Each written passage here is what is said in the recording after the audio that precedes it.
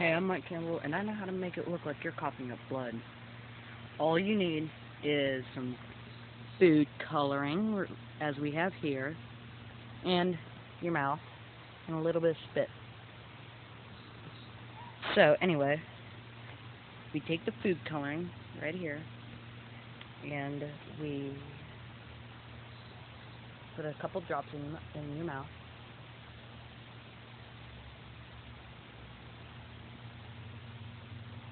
Swish it around.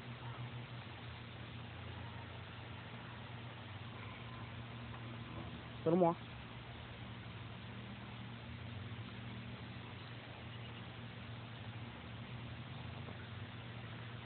Keep swishing it.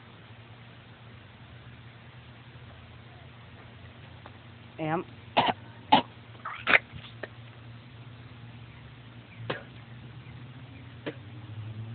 oh,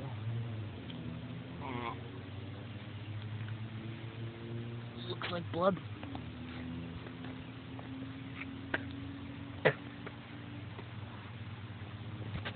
And that's how you make it look like you're coughing up blood. See you later.